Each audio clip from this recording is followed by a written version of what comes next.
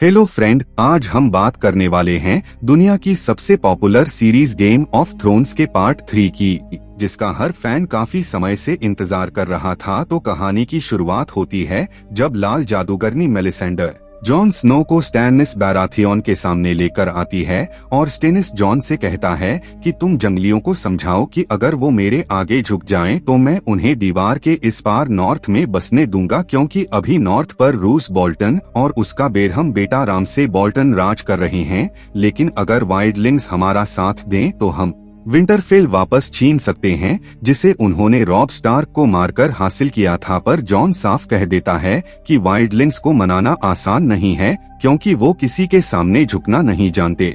इसके बाद Jon Snow खुद वाइल्डलिंग्स के सरदार मैंस रेडर के पास जाता है और उसे समझाता है कि ये सिर्फ लड़ाई नहीं बल्कि हजारों जिंदगियों का सवाल है। लेकिन मिस अपनी जिद नहीं छोड़ता और स्टेनिस के आगे झुकने से इनकार कर देता है, जिसके बाद स्टेनिस गुस्से में उसे जिंदा जलाने का आदेश दे देता है। और जब मिस आग में जल रहा होता है तो जॉन स्नो उसकी तकलीफ खत्म करने के लिए उस पर तीर चला देता है, जिससे उसकी मौत तुरंत हो जाती है। दूसरी तरफ हम देखते हैं कि आर्या स्टार्क अपने रहस्यमयी दोस्त जाके एच घर के पास पहुंच जाती है, जहां उसे एक खतरनाक और चालाक हत्यारा बनने की ट्रेनिंग दी जाएगी ताकि वो अपने परिवार का बदला ले सके।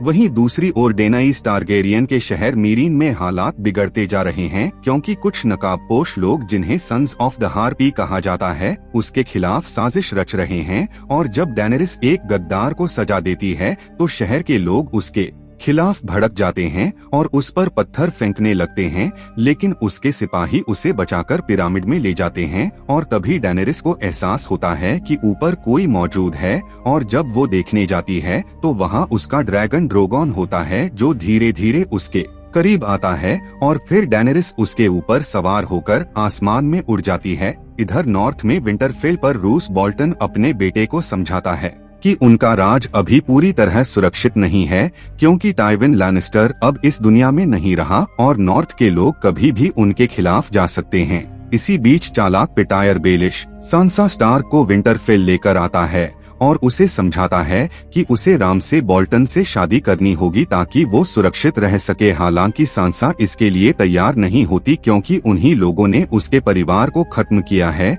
लेकिन लिटिल फिंगर उसे समझाता है कि यही उसका सबसे बड़ा मौका है। दूसरी तरफ दीवार पर नाइट्स वॉच के नए कमांडर का चुनाव होता है और इसमें जॉन स्नो जीत जाता है। और कमांडर बनने के बाद जब एक सिपाही उसके आदेश मानने से इनकार करता है तो जॉन उसे सजा देते हुए उसका सिर धड़ से अलग कर देता है, जिससे ये साबित होता है कि अब वो एक सख्त नेता बन चुका है। और आखिर में हम देखते हैं कि जोरा मोरमोंट टिरियन लैनिस्टर को पकड़ लेता है ताकि उसे डेनेरिस के पास ले जाकर अपना भरोसा दोबारा जीत सके। बड़ी दीवार पर स्टैनिस बैराथियन अपनी जादूगरनी मेलिसेंडर से कहता है कि सर्दियां तेजी से करीब आ रही हैं, इसलिए उससे पहले ही हमें विंटरफेल पर हमला करना होगा, क्योंकि वक्त हमारे हाथ से निकलता जा रहा है। इसी बीच मीरीन शहर में डेनाइस टारगेरियन के खिलाफ बगावत बढ़ती जा रही है, जहां सन्स ऑफ द हार्पी नाम के नकाबपोश लोग उसके सैनिकों पर हमला कर देते हैं और एक सुनियोजित तरीके से उन्हें चारों तरफ से घेर लेते हैं।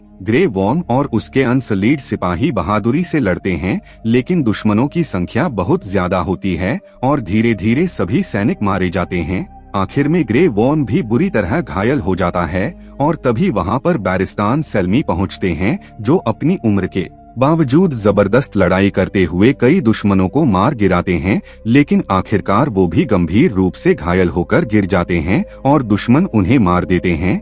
हालांकि ग्रे वॉर्म आखिरी बचे हुए दुश्मनों को खत्म कर देता है, लेकिन इस लड़ाई में सर बैरिस्तान की मौत हो जाती है, जिससे डेनेरिस को गहरा झटका लगता है और गुस्से में आकर वह कुछ गद्दारों को अपने ड्रैगन के सामने फेंक देती है, जिन्हें ड्रोगोन बेरहमी से जला देता है। और इसी से साफ दिखता है कि अब उसके ड्रैगन पहले से कहीं ज्यादा खतरनाक हो चुके हैं। उधर दीवार पर जॉन स्नो टोरमंड जायंट्स बेन को आजाद करता है और उससे कहता है कि अगर वाइल्डलिंग्स जिंदा रहना चाहते हैं तो उन्हें नाइट्स वॉच के साथ मिलकर व्हाइट वॉकर्स का सामना करना होगा, क्योंकि असली खतरा वही है और जब वो आएंगे तो सबसे पहले वाइल्डलिंग्स को ही खत्म करेंगे।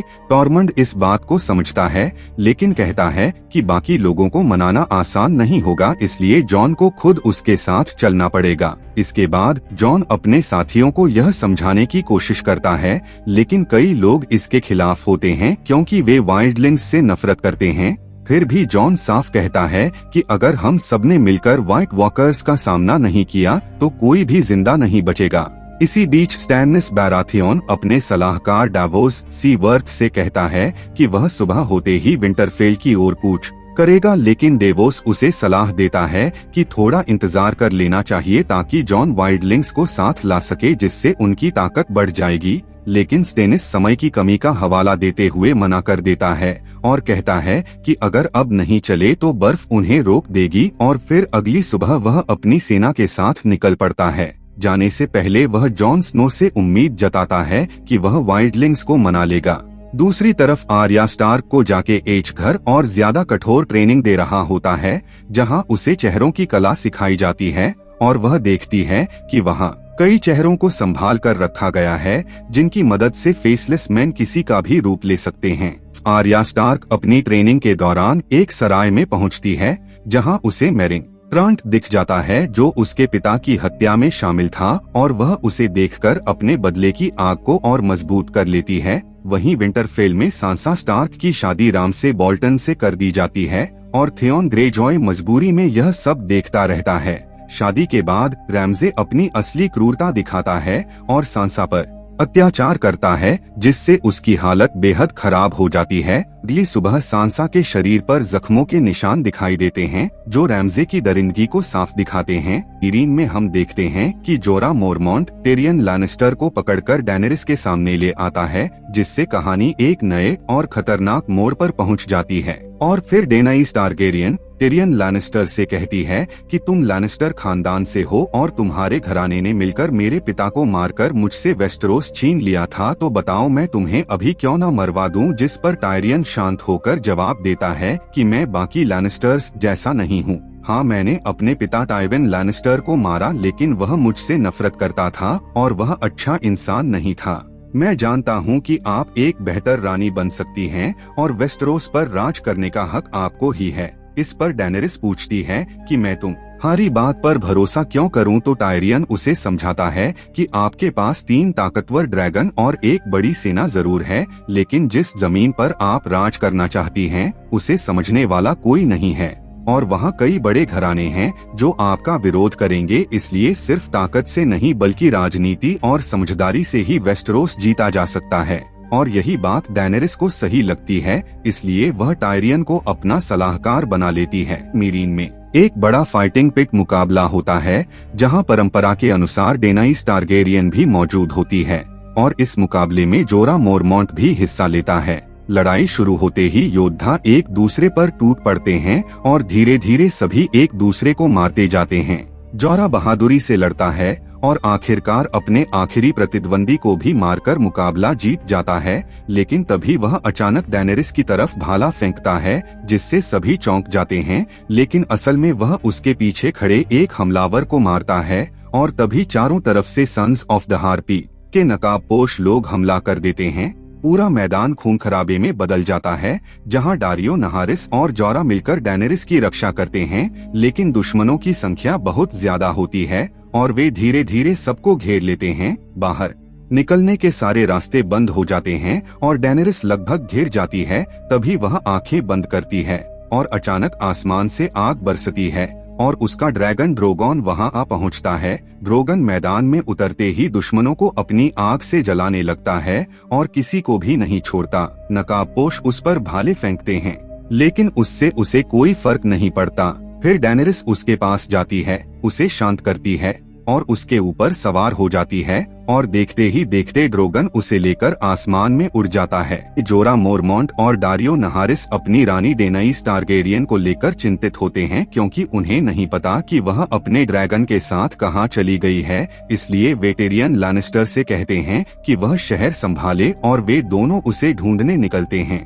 दूसरी तरफ डेनेरिस अपने ड्रैगन ड्रोगोन के साथ एक अनजान जगह पर पहुंच चुकी होती है, जहां वह उससे कहती है कि उसे वापस मीरीन ले चले, लेकिन ड्रोगन उसकी बात नहीं मानता और आराम करने के लिए बैठ जाता है। मजबूरी में डेनेरिस खाना ढूंढने के लिए वहां से दूर निकलती है और तभी उसे कुछ दोथराकी दिखाई देते हैं, इसलिए वह अपनी अंगूठी गिरा देती है ताकि पीछे आने वाले लोग उसे ढूंढ सकें, और देखते ही देखते वहां एक बड़ी दोथराकी सेना पहुंच जाती है जो उसे चारों तरफ से घेर लेती है, क्योंकि खल ड्रोगो की मौत के बाद ये लोग उसे छोड़कर चले गए थे और अब उनका नया सरदार है। उधर जॉन स्नो वाइल्डलिंग्स के साथ दीवार के पार चला जाता है ताकि बाकी लोगों को साथ ला सके।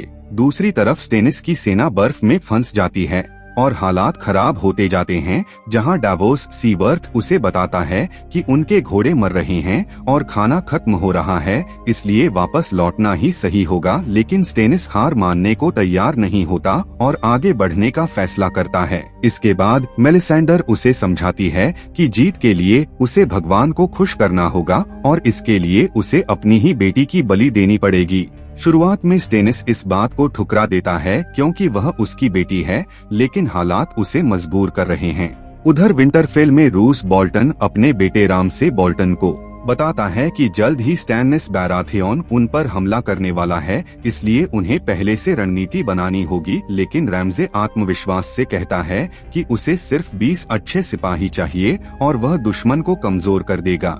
और फिर हम देखते हैं कि रात के अंधेरे में रैमजे स्टेनिस के कैंप पर हमला कर देता है, जहां वह चुपके से उनके कई सैनिकों को मार देता है, उनके घोड़ों को खत्म कर देता है और उनका खाना भी जला देता है, जिससे स्टेनिस की सेना बुरी तरह कमजोर हो जाती है। हालात बिगड़ते देख स्टैनिस बैराथियन डावोस सीवर्थ को दीवार की ओर भेजता है ताकि वह वहां से मदद और राशन ला सके, और बदले में वह वादा करता है कि जीत के बाद वह नाइट्स वॉच की मदद करेगा।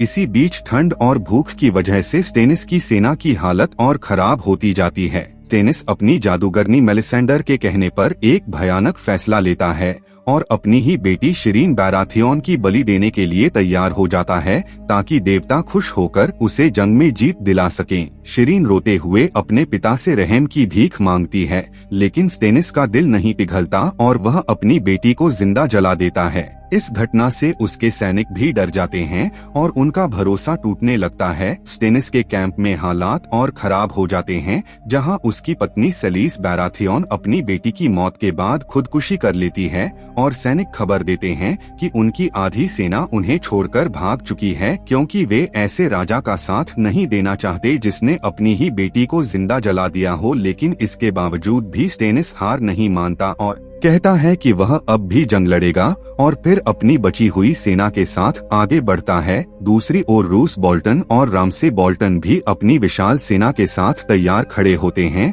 और आखिरकार दोनों सेनाएं आमने सामने आ जाती हैं और एक भयंकर युद्ध की शुरुआत हो जाती है। और फिर हम देखते हैं कि रूस बोल्टन की सेना संख्या में बहुत बड़ी होती है और दूर खड़ी सांसा स्टार्क भी यह देखकर समझ जाती है कि स्टैनिस बैराथियन इस जंग को नहीं जीत पाएगा, इसलिए वह वहां से भागने की योजना बनाने लगती है। और होता भी कुछ ऐसा ही है, क्योंकि जैसे ही जंग शुरू होती है वैसे ही खत्म भी हो जाती है, जहां स्टेनिस की कमजोर और थकी हुई सेना पूरी तरह टूट जाती है और उसके ज्यादातर सैनिक मारे जाते हैं। हालांकि घायल होने के बावजूद भी स्टेनिस आखिरी दम तक लड़ता है और कई दुश्मनों को मार गिराता है, लेकिन आखिरकार वह भी हार जाता है और वहीं रामसे बोल्टन की सेना इस लड़ाई में जीत हासिल कर लेती है। सांसा स्टार्क भागने की कोशिश कर रही होती है, लेकिन तभी मिरांडा उसे रोक लेती है, पर ठीक उसी समय थियोन ग्रेजॉय पीछे से आकर मिरांडा को नीचे गिरा देता है और सांसा को लेकर वहां से भाग निकलता है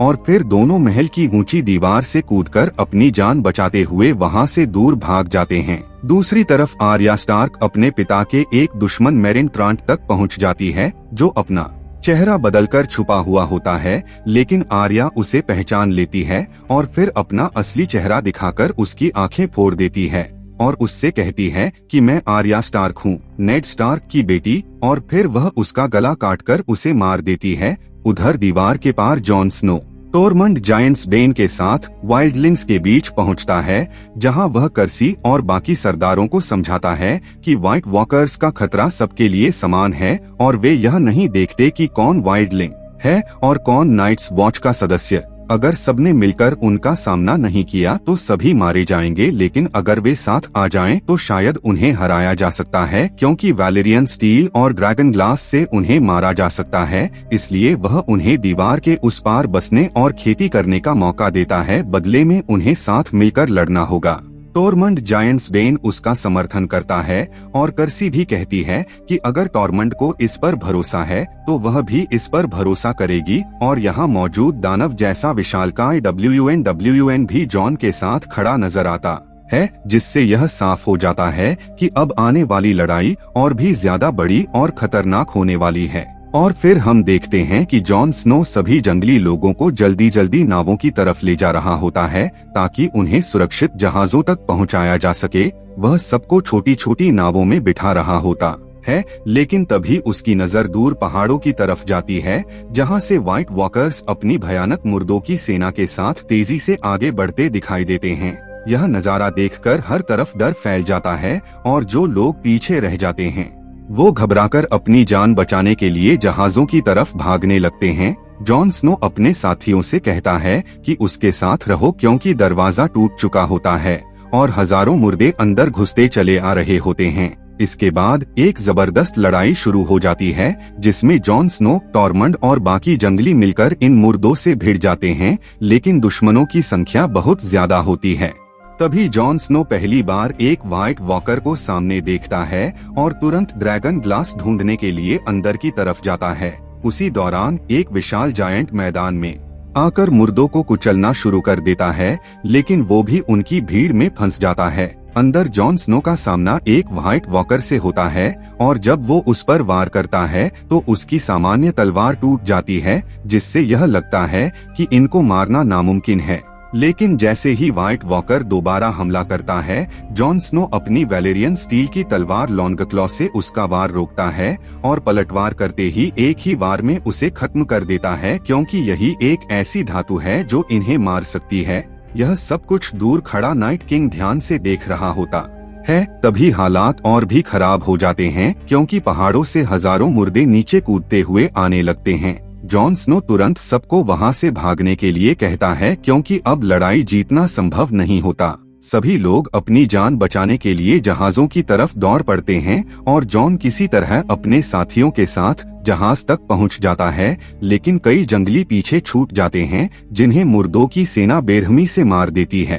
तभी नाइट किंग आगे बढ़ता है और अपने हाथ उठाता है, जिसके बाद जो भी लोग अभी मारे गए थे वो सभी फिर से जिंदा हो जाते हैं और उसकी सेना का हिस्सा बन जाते हैं। इसका मतलब यह है कि जितने लोग मरेंगे उसकी ताकत उतनी ही बढ़ती जाएगी। इसके बाद जॉन स्नो बचे हुए जंगली लोगों को लेकर कैसल ब्लैक पहुंचता है, जहां दरवाजे खोल दिए जाते हैं और सभी को अंदर आने दिया जाता है। लेकिन नाइट्स वॉच के कई लोग इससे खुश नहीं होते, क्योंकि वे जंगली लोगों से नफरत करते हैं और अब जॉन स्नो से भी नाराज हो चुके हैं। फिर एक रात जॉन स्नो को बहाने से बाहर बुलाया जाता है और फॉर द वॉच कहते हुए उसके साथ धोखा किया जाता है और उसके सीने में कई खंजर घोंप दिए जाते हैं, जिससे वह जमीन पर गिर जाता है। और इसी के साथ कहानी एक बड़े मोड़ पर खत्म हो जाती है, जहां आगे क्या होगा यह जानने के लिए सबको अगले भाग का इंतजार करना पड़ेगा। वीडियो अच्छा लगा तो लाइक करें, चैनल को सब्सक्राइब करें। मिलते हैं अगले पार्ट